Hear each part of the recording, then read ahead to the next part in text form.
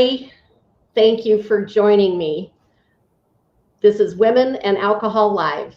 My name is Nancy McKay. I'm your host, and today my very special guest is Lori Marini. Thank you so much, Lori, for joining me today. Oh, thank you so much for having me. I'm very excited to be here. Good, me too. So Lori is a pathology PA, and she has worked with tumors for over 20 years. She's faced many life challenges like divorce, loss of relationships, a dead-end job. I know how that is, and a cancer diagnosis. And I know how that is too.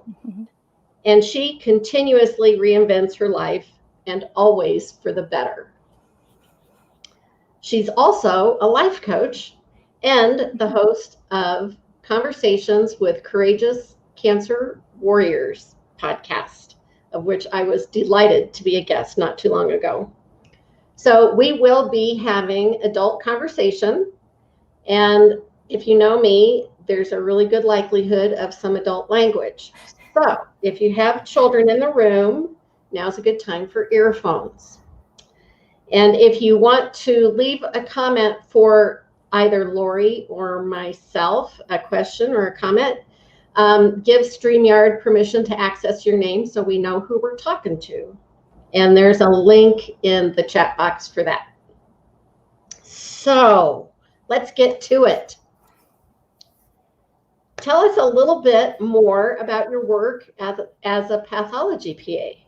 I find this incredibly interesting and fascinating. And maybe it's just because I've been diagnosed with cancer and they did the pathology while I was on the table. So, whereas I've had the completely different experience, right?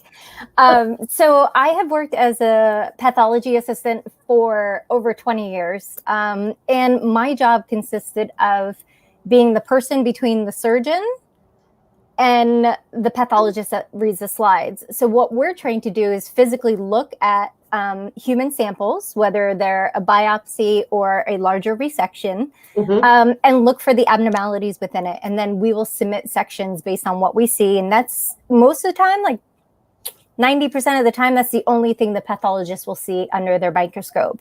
And that's how the diagnosis happens. So there's a lot of trust in us that we know what we're doing.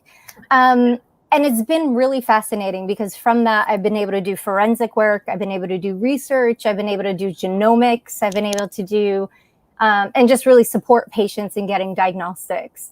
Wow. Yeah, it's a fascinating field. And, it's a blessing and a curse because I used to think, oh, wow, the body is so cool. And look at how this tumor is growing. And then I got cancer. And then I'm like, oh my God, this poor patient, right? So it's been very, very interesting. It's been an interesting time. Yeah, definitely. Well, I know my mom was a nurse, and when she was diagnosed with cancer, it was like, she knew too much to be blissfully ignorant. It was just, it was really hard on her. And I would imagine the same thing for you. Yeah, I was a terrible patient. Right. Because I went in there telling my doctors when I was diagnosed, like my surgeon, I'm like, I want this surgery. We're going to do this. And they're like, whoa, you're being too aggressive. And I'm like, no, I always said you have one shot to do it right. So this is what I want. And my biopsies ended up having, displaying what the treatment was. I ended up with having a bilateral mastectomy. And my biopsies showed that was the right course of action. So they didn't fight me too hard once that came back out. Well, and it's one of those things where you have to advocate for yourself. Absolutely. And I know definitely, I did, so. Yeah, that's definitely something that I learned through my journey for sure. Yeah. Well, so let's talk about your cancer journey. How long ago was that? And fill us in a little bit. 2017 is when I was diagnosed. I was diagnosed on my baseline mammogram like 2 weeks after I had been examined by my primary care physician at the age of 41. After she told me, because I had seen her when I turned 40, and she's like, you got to go for your mammogram. And then when I went to her at 41 and I still hadn't had it done, I walked into her office and I'm like, I am so sorry. I didn't make it. Like, it didn't happen because I had just started a new job. And she was like, don't worry about it, Laura. She's like, you just bought yourself 4 more years. They just changed the guidelines to 45. Now, having worked in the field for so long, I'm like, I don't know how comfortable I feel about that, but I was in really good shape. I ate really well. I exercised every day, and I have no family history. So I kind of took it in stride, like, maybe I don't need to go. And then I had a dream. I had a dream that I was riddled with cancer. And I woke up in such a panic, and I called my bestie and I was like, you have to hold me to account. For some reason, I just feel like I need to go and get this mammogram done.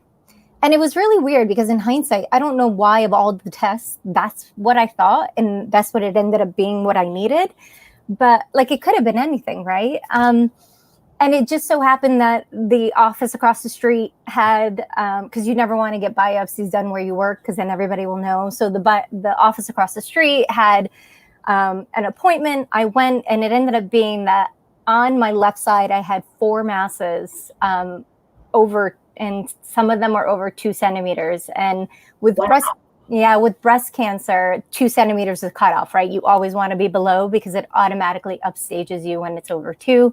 And the chances of metastasis increases exponentially. So I was like, figures, right? Like, I was so like, no, don't tell me that, right? But it was just really interesting because of the fact that I had just been examined by somebody and they didn't feel it. And I was doing monthly exams and I didn't feel it. So it really was a blessing. Like, somebody was looking out for me with, I believe in the universe and angels and all of that. And like, that was sent my way for sure. Cause I probably wouldn't be sitting here with you today. Right. Yeah. Well, and your intuition played a huge part in that. And there was something, you weren't conscious of it, but there was something that said, I need to start with a mammogram. 100%. That's the first place I need to start. Yeah. And so, it's just amazing how we garner that information. And the question is, do we pay attention to it? And so, thank God you did. And, it's so important. It's so important. And I was having this conversation this morning about intuition. Mm-hmm. And, it just reminds me of the times looking back at my life when I recognize the gut feeling that I had about things that I didn't pay attention to. And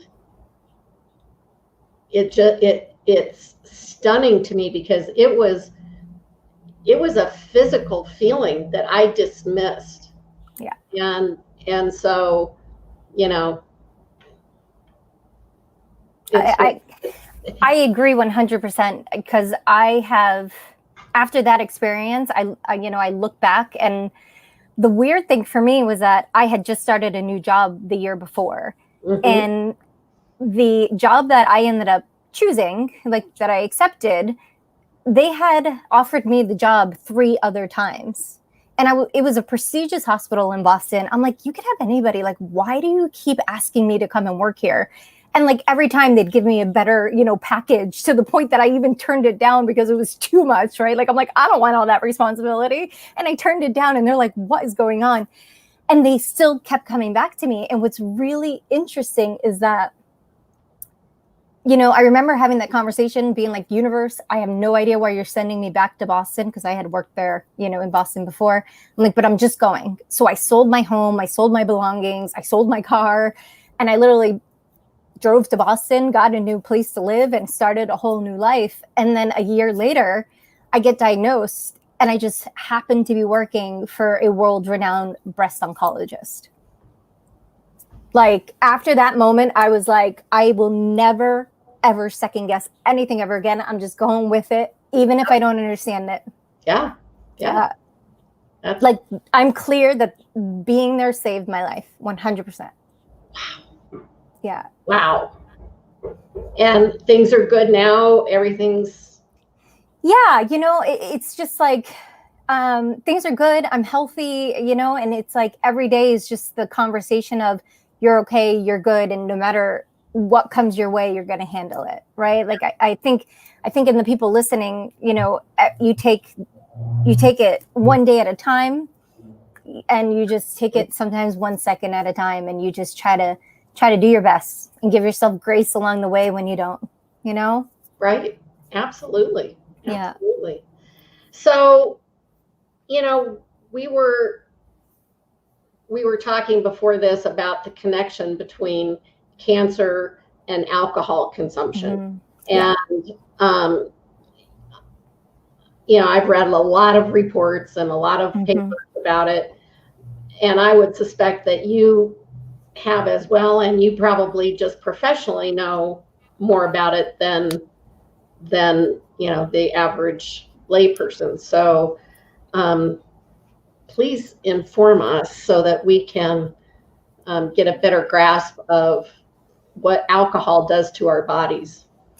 Yeah, alcohol changes your body physiologically. And if you could think of it that way, it's kind of, if you think of it that way, it's no different than chemotherapy in a way, right? It's a good comparison, I think, because it changes every cell in your body. And one of the things that I always found just really fascinating is that it's selective. It's selective what it chooses to harm. As you know, the kidneys, the brain, the liver are huge, are at the effect of it. They're the targets that end up being affected by it.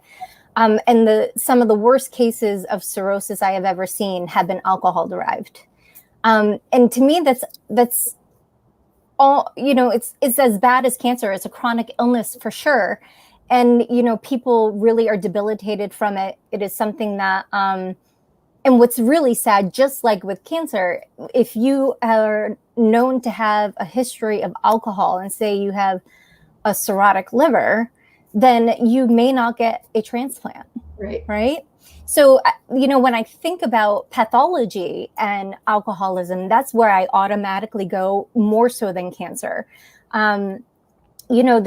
It's just, your kidneys, high blood pressure, you get, you see that the brain physically changes with increased consumption over time. There's some drastic things that happen to your body outside of cancer too. So it's really something that, it needs to be taken seriously. It's one of those things of, if your doctor is not listening to you as to what your symptoms are, then find somebody else, right?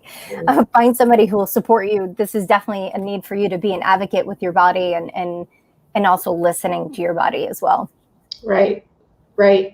And, I've read reports recently that do link breast cancer with alcohol consumption. And, if there's never been a good reason to curb or eliminate your alcohol, the threat of breast cancer should, certainly bubble to the top of the list of why it's not a good idea. And especially if you have a history of it in your family or are BRCA positive, it's something that women really need to consider. So yeah, 100%. And that's how you and I got, if I remember correctly, this is how we got here tonight, is that we were talking about that. And, as someone who has a history of breast cancer, I find it very difficult to go out and to be social and not have a drink in my hand, right? I can't, it's very, very difficult for me because it's such a habit. And I think people can understand that, right? Absolutely. And I know it's bad. I know I shouldn't do it. And also the thing that I found is my medications have it be that, say I go and I have a glass of champagne, I literally, it's exponential. right? So it's one of those things that like, I know I need to get off of it. And like, I feel bad in a way for the pressure in our society that like, oh, what's the big deal, right? Like, I feel bad that we all need to deal with that. I think it's something that, you know, I even thought about it, you know, today as I knew I was coming on here. I'm like, you know, think of like women who are pregnant and they have to hide the fact that they're not drinking. Like, who cares? Right. Right? Right. Like, why is it such a big deal socially? I don't understand. I don't get it. Yeah. And it, you know, the thing that I find interesting is, you know, alcohol is a drug. Mhm. And so, you know, the fact that it's legal makes it so widely acceptable. Mhm. You know, if heroin was legal, would anybody, um, you know, become so numb to the fact that people are shooting up at the table next to them at the restaurant? I mean, you know, it's kind of that same thing, and but it's so normalized, and the alcohol Mhm. companies are doing such an incredible marketing push to make you feel abnormal if you're not drinking. 100%. And 100%. so, you know, the one of my biggest passions is to fight the stigma of alcoholism and addiction, and it's just it just irritates the shit out of me that people feel uncomfortable not drinking. You know, that's our natural state. And Right. so to feel like you have to drink to fit in is just um, it just irritates me. And I know exactly what it feels like because that's where I was, Mhm. you know. And so it's it's appalling. Yeah, and you know, it makes me wonder too. Well, I have two comments. One, it makes me wonder, is the United States, like, is our culture that much different than, say, the counterparts in Europe where it's not such a big deal? But I kind of feel that the consumption might be more, but or equal. But you know, I grew up in a, you know, my parents are immigrants from Italy, so having wine on the table was very common. I mean, I remember being very small where they would put a splash of wine in my soda Mhm. to, you know, have it just be that I was drinking with them, right? Like, it was kind of like a thing. It's just, and culturally it's like not frowned upon. That it makes me wonder, you know, how this conversation would go if we were over in Europe. That's a really good question. That's a Like, really good question because it's more of a cultural way of life that people they don't make a big deal out of it. mm-hmm. And so I don't know if the alcoholism rate is higher or lower there, Yeah. because I think people don't um, find the novelty in it, you know, because they Right. grew up with it. And Yeah. so, you know, to go out and get, you know, party all night isn't really of interest. I know I read Jen Sincero's book Mm-hmm. and How to Be a Badass. And she talks about her relatives in Sicily. Mm-hmm.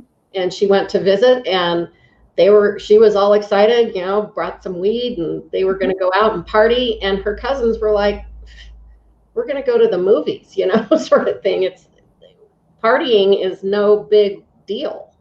And so I think it might be something like, you know, something like that. But the fact remains that people, and especially if you're growing up with it, Mm-hmm. you're starting to ingest poison earlier in Yeah. your life. So Absolutely. ultimately, you're still going to have physical effects from it over the long term. Yeah, It and I would think be like interesting to look at that. there's such a need to educate our it, where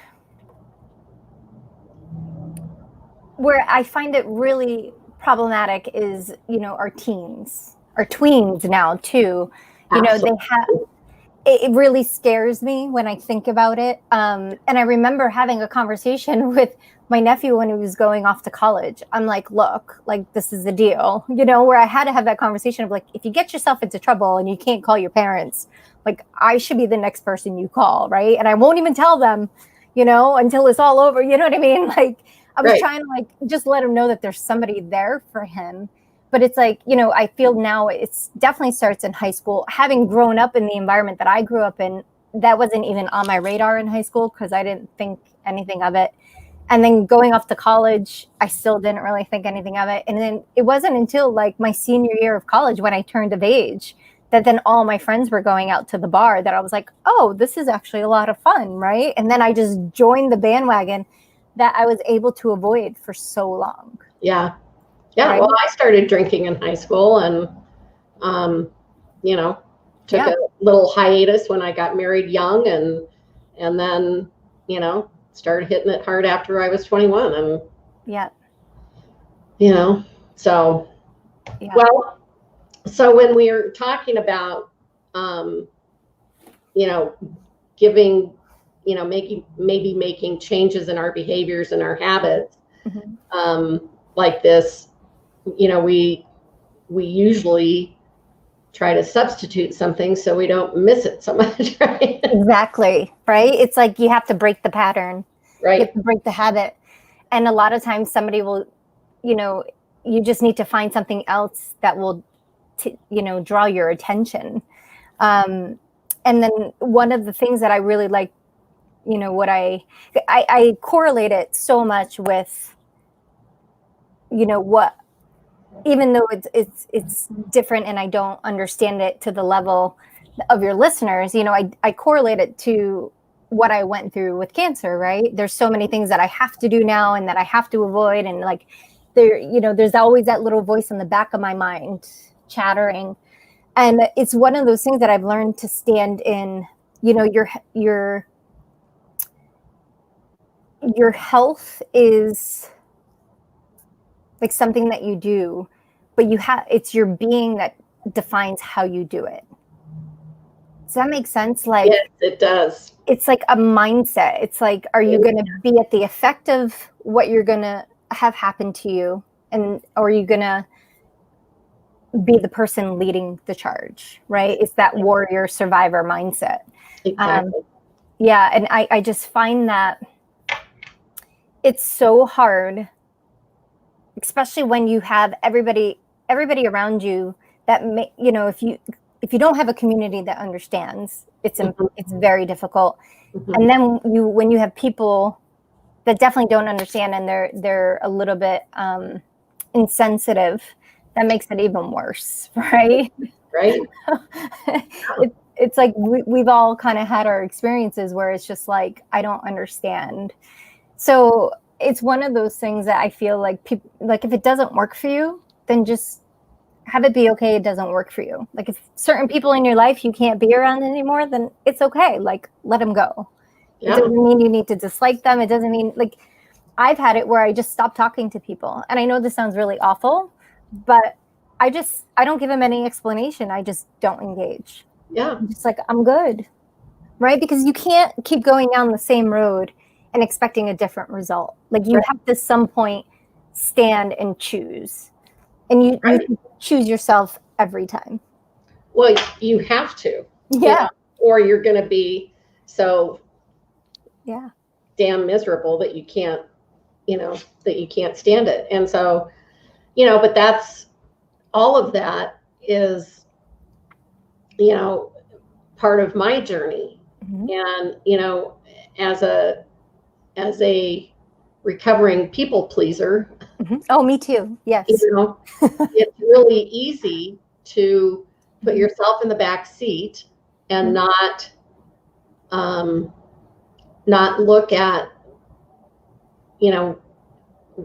exactly how you were saying about moving forward as your being, as you.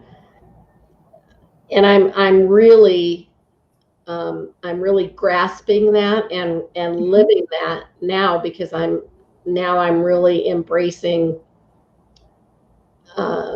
getting healthy and getting a real handle on my mindset around my weight.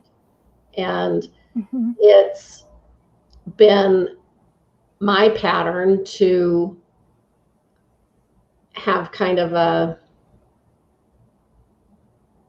fuck it, it's just one cookie attitude, rather than, if I'm starting to come into that, if I want to be the kind of woman that I want to be, is she going to say, fuck it, it's just one cookie, 100%. And sometimes it might be. Yeah. But sometimes, I'm learning that I can stand in my power, so to speak, and stand up for myself and have my own back. Right? Yeah. And so that's what I think huge. a lot of it is. Yeah. And that's huge. And that's, and that's exactly it. So when you correlate it to your body physically, right, that's what we would call health, but your wellness is your being, and whether or not your actions are in alignment with exactly right with what you want, right? So it's like exactly what you're saying, right? Like, you're not going to go and eat a hot fudge sundae every night if you're looking for a 6-pack of abs. Like, you just don't do it. And it's like you're saying, but then it's okay if you go and you have it, then just get back on track, right? And just give yourself grace. Like, we're not going to be perfect all the time. No. And like, you're so right as far as the people pleasing goes, right? I think that is definitely a component of it. For me, I was literally worrying about everybody else as I had huge scars across my chest. I was worrying about them. I'm like, why am I worrying about them? Like, it took me to realize, like, keep getting hurt all the time by doing stuff that I shouldn't have been doing, to realize, like, I'm pleasing them more than I'm pleasing myself. Right. And it's true for what you're saying, right? Like, as far as your own wellness, like, sometimes it's okay to go and eat the hot fudge sundae. And sometimes it's like, no, I'm not going to do that today. And no matter how you choose, like, choose it and be okay with it. Right. Like your reasons for making that decision. Yeah, exactly. And stand by them, right? And just like, and then at the same time, it's like, be grateful. Be grateful. Like, I wake up every day and I'm so grateful that I'm alive. That's the first thing. And I turn to my boyfriend. I'm like, we made it through the night. We have another day to be great. Right. And it's like, choose, I just created this virtual vision board online. And that's part of the conversation, is like, what's your why? Like, why do you want the 6-pack of abs? Like, what are you working towards? And go to the core of it. Because then when in that moment, when you get to choose the hot fudge sundae or not do it, you'll remember why you most likely shouldn't do it. Right. And it's like, and then surround yourself by like-minded people. Get a community of people that support you. And it's true for whether or not you're, if it's your addictions, like, I'm addicted to sugar. Like, I know that it is something awful. And I have to stop myself. I have to really just, like, make it a conscious effort. But it's like, I crave it from the second I wake up. And I used to eat sugar at like 7:00 in the morning and not think anything of it. Do you know what I mean? Like, I'm like, okay. And just like stress too, I find, is a huge factor that makes you say, screw it, I'm just going to do it. And so that, keeping your stress, your fear, also fear is a huge component of that, of, especially when you've faced your mortality. You're like, well, I hear people say it all the time. What's the point in making plans? I'm just going to go and do X, Y, and Z. Right? Yeah. I mean, it's such a huge conversation. And it's one of those things too, that, like, have it be okay for whatever your choice is. And then just remember, you could always re-choose. It doesn't, just because you've screwed up lunch doesn't mean dinner can't be great. Right. Yeah. And I completely get the sugar thing. Oh, I'm in the same boat. And, you know, I've always had a sweet tooth, but then you quit drinking, and that's such a sugar source that yeah. then it's like, you know, Yeah. candy and all that nonsense. And it just, you know, it really, it's amazing how much you replace the sugar and the alcohol with other sweet things. Other stuff. Yeah. And, you know, our society doesn't help for the amount of additives that it has in its food. Right. So now that I'm living down in like a tropical environment, we're going to the farmers markets more. And so I found myself cooking meals that may not include packaged food, right? Like I don't know. It's just, I'm trying to be healthier. I'm trying to do the whole thing. Like I even started juicing, right? Like it's just one of these things. And I find now when I eat something, so I'll be a very bad Italian, and I'm really sorry. Don't tell anybody. But I bought a jar of tomato sauce because I wanted to make pizza, and it was one of those things that I just didn't have time to make a sauce. And so I bought a jar, and the second I tasted it, all I tasted was sugar. Wow. And it was one of those things that I'm like, sugar is everywhere. It's in our food. And it's no wonder that we crave it. It's everywhere. You can't, it's really hard to get away from it. Yeah. Really hard. And yet, you know, a few years ago, well, before I was diagnosed with cancer, I was really trying to follow a paleo diet. And once I got over the first couple weeks of very little sugar, I mean, I think it was like 10 grams a day or less. And then it didn't bother me. It was really interesting. Right. So it can be done. Yep. But you have to really watch the silent sugar, you know, the invisible one that you don't think is in tomato sauce. Right. You know, it's crazy. Yeah. Yeah, I agree. So all of this folds into my next question about, we're just about out of time, but self-care. So, you know, all of this nutrition, exercise, mindset, all of this is wrapped up in self-care. Is there anything else that you do for yourself that's particularly nurturing or wonderful that you love to do to really take care of yourself? Yeah, mindfulness, you know, some meditation, journaling. I do that every day, even if I don't feel bad, right? If I don't have a problem, I do that for sure. And I look for circumstances in where I celebrate my wins, even my small ones, right? Like I always like, good job, especially as a people pleaser, you know, I need to start doing that here. And I also look for ways, you know, to set myself up to win. Like, is this, I now think along the lines of, is this going to move my conversation forward, or is this going to set me back? Yeah. That's huge. That is so, I'm gonna remember that, because that is so important. And